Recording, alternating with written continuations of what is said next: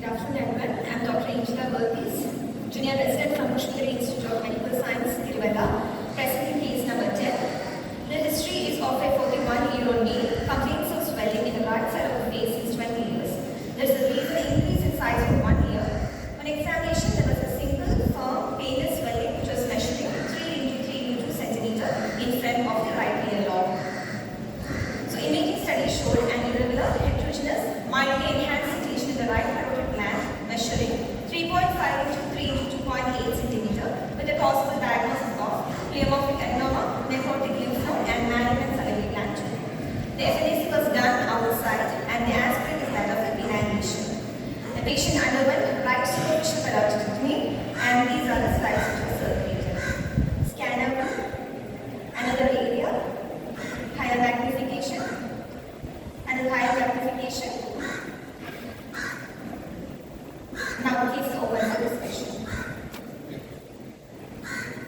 So these were the responses. Majority thought that it was a warping-like variant of mucoepidermoid carcinoma, but of course with differentials. The green I have highlighted because all those thought it to be at least a malignant lesion. Some thought that it was arising in a background of Fortin's tumor or from a lymphoepithelial cyst.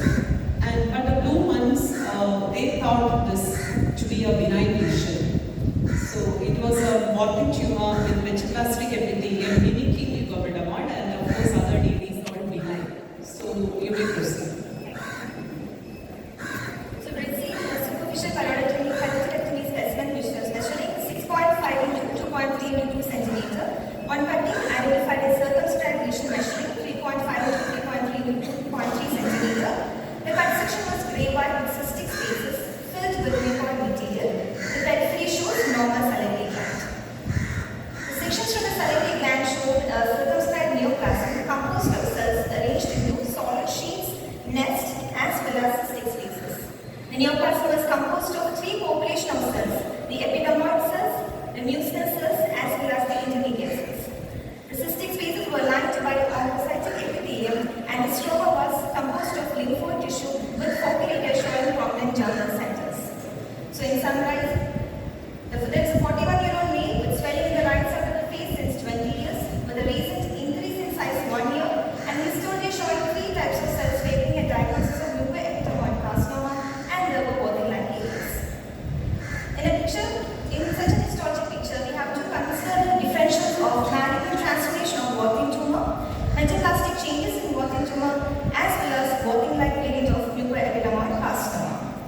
So, in case of malignant transformation of Warthin tumor, there will be history of Warthin tumor with an infiltrative tumor growth pattern, and there will be distinct areas of Warthin tumor and mucoepidermoid carcinoma with a transition zone.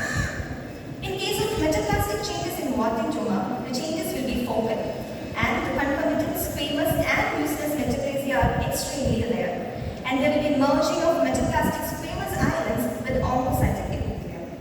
In case of Warthin-like variant of mucoepidermoid carcinoma, the tumor will be mostly circumscribed with cystic spaces, and there will be multi-layered oncocytic squamoid cells with interspersed mucinous cells.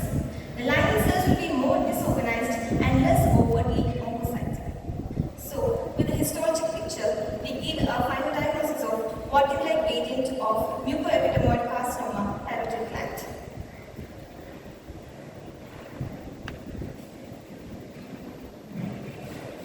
The Warthin tumor and mucoepidermoid carcinomas are 2 histologically distinct salivary gland neoplasms. The Warthin tumor being the second most common benign neoplasm of the salivary gland, and the mucoepidermoid carcinoma is the most common malignant salivary gland tumor.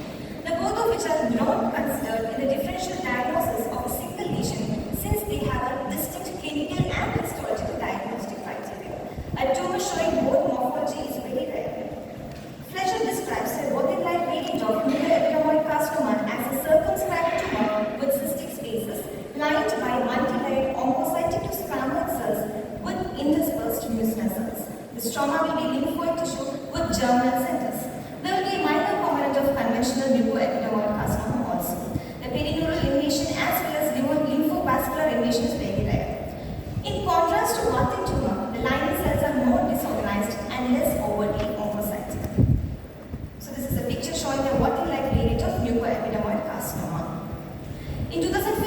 gave the first description of a water-like variant of mucoepidermoid carcinoma. Only 9 cases have been described. The study has found that 5 out of 15 metaplastic water-like tumor were positive for CRTC1 MAML2 gene fusion, which is characteristic genetic aggregation in the mucoepidermoid carcinoma. This suggests that the term water-like should be considered as a variant of mucoepidermoid carcinoma. The low-grade lesions are treated with surgery alone, and the high-grade lesions are treated with adjuvant radiotherapy. No cases of metastasis have been reported in patients with mucoepidermoid carcinoma with water-like variant. The prognosis is considered better than the classical mucoepidermoid carcinoma, given that the tumor has a lower grade of mucoepidermoid carcinoma component. So, as a take-home message, the water-like variant of mucoepidermoid carcinoma is a rare entity. The morphological overload can lead to confusion in cytology as well as histopathology. Each of these variants should be differentiated since there is a difference in the treatment as well as the prognosis. The prognosis of water-like mucoepidermoid carcinoma is better than the classical MEC, given that the tumor has a lower grade of mucoepidermoid component. Our patient is on supportive treatment medication, regular follow-up, no adjuvant therapy was given. These are my references. Thank you. Any questions, please? Yes, ma'am. This particular neoplasm is encapsulated, isn't it? There's a difference between the two. Yes, ma'am. So what is the comments on that? And you said there will be some area which should show invasive component as to for a But typical ma'am, mucoepidermoid. yes, ma'am. But in case of low grade as well as intermediate grade of mucoepidermoid carcinoma, which is exactly mostly by circumscribed lesions. This is encapsulated. Dr. Anila, your comments? Yeah, it is. I thought it was partly at least capsulated only, and I thought actually it was a difficult case because the points that were in favor of a mucoepidermoid carcinoma were like there was this multi-layering of the epithelium in the cystic area. That is one caution that when you get in a Warthin's tumor and Warthin-like mucoepidermoid, that multi-layering of the epithelium. Classically, Warthin's are bilayered. So when you get multi-layering, you should be cautious. And like what you pointed out that there can't be any squamous and mucinous metaplasia together. It is absolutely wrong because you can get. We do see cases with extensive squamous so much so that we have a doubt about whether it is a squamous cell carcinoma arising in Warthin. So that can also happen. And regarding this particular case, there were tumor cell nests in the stroma. That was also not like a solid cell nest, which I thought would be an intermediate. And there was mucinous areas. But overall, I thought it was a difficult case considering the 20-year-old history. And circumscribed, I would say, maybe partly encapsulated, solid cystic, orthocytic mucinous, dense lymphocytic. So maybe that was that made everyone of us think of a Warthin's tumor. But luckily, I could solve this case because Dr. Anchal at AIMS, she was able to help us out and she did a fish on this. So that we could demonstrate the MAML2 break apart. So I thought this was a case which was worthy of doing a molecular because the outcome and treatment, everything is different.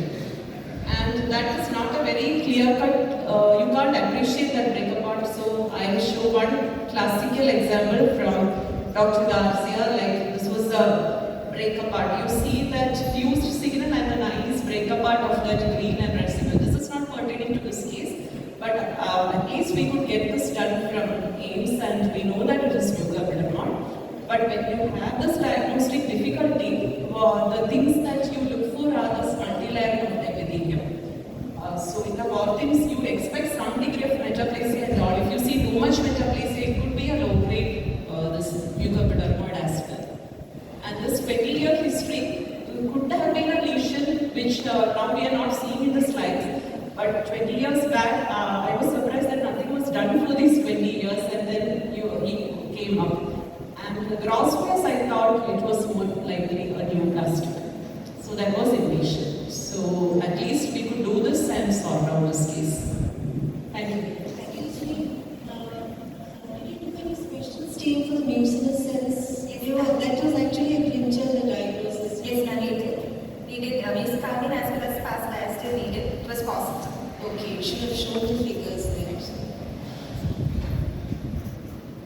And this diagnostic also, if you took